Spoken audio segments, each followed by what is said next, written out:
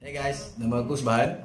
So, hari ni aku nak buat quick unboxing Mi Band 4. Mi Band 4 ni baru je dilancarkan oleh Xiaomi. So, jom kita saksikan.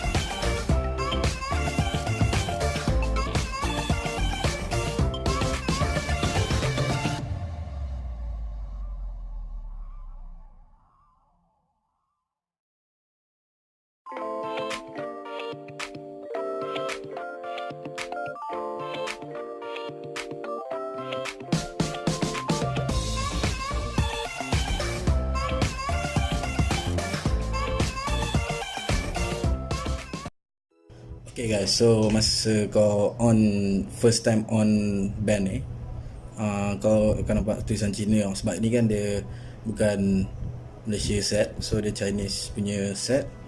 So kalau dah ni senang, kau pergi Play Store, kau cari app Mi Fit. So kat Mi Fit ni aku dah download, so kau download je lah. Lepas tu dah download, kau open je. So bila dah on ni, kau add device. Kau add device, cari band. Lepas tu dia akan keluar. After ni semua ni, kau ok je lah. So sekarang dia searching. Lagi satu, pastikan Bluetooth kau on tau. Sekejap aku nak on So dia akan searching. Dia dah dapat ni. So kau kena confirmkan dekat band ni. Dia cakap, dia tulis bahasa Cina. So kau yes lah. Bila dah yes, so dia terus automatically dia akan download dia download firmware English. So nanti akan tukar English ikut region yang korang stay ni. Maknanya kat Malaysia memang English lah dia guna. Lepas tu tak perlu set up apa dah, boleh terus guna je. So tu je lah cara dia. So guys, sekarang ni kita dah buat quick unboxing, kita dah buat juga cara pair dengan korang punya device untuk mobile korang. So Sekarang ni kalau korang ada cadangan apa-apa, cadangan seperti kau nak tahu battery life dia ke apa ke, kau boleh komen kat bawah. Lepas tu kalau kau suka video ni, dia like dan subscribe. Okay, bye-bye.